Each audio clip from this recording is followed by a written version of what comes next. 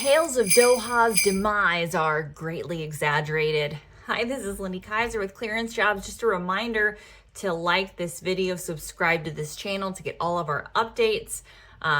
We've had a few announcements over the past couple of months that have caused some speculation about what might be changing with the DOHA security clearance appeals process.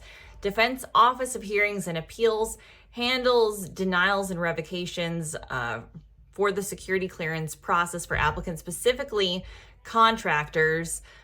There have been several memos, Cohen memo, Moultrie memo. So the Undersecretary of Defense for Intelligence and Security has been trying to create some better clarity around due process for all security clearance applicants within the Department of Defense. So contractors covered by the National Industrial Security Program. They have separate processes for civilians and service members applying for a security clearance. The idea, again, per this DCSA announcement, November 27th, is DCSA is going to be taking on that initial adjudicative review that happens after you get a statement of reasons or letter of intent to deny a security clearance. So I think there's there's always confusion around this. You actually kind of get a pre-denial warning before the actual denial of a security clearance, so it's an intent or a statement of reasons. You have a chance to respond to that. Again, per this DCSA policy, within DCSA, the process just for service members and civilians will be that they get that review. And a lot of folks were like, hey, if DCSA is doing that, what's DOHA doing? DOHA is still doing exactly what it was doing before. So handling contractor cases, you see those cases that we discuss or write about over at Clearance Jobs, they'll still be holding their hearings. They'll still be conducting their process for contractors. DCSA is going to handle that for service members. Again, I hear that there's implementation coming soon, again, even by the end of this month, heading into the new year. They're going to have a process for that. Don't know exactly what that looks like. But again, the idea is that you're able to provide more information directly back to that adjudicator before you actually get that denial or revocation.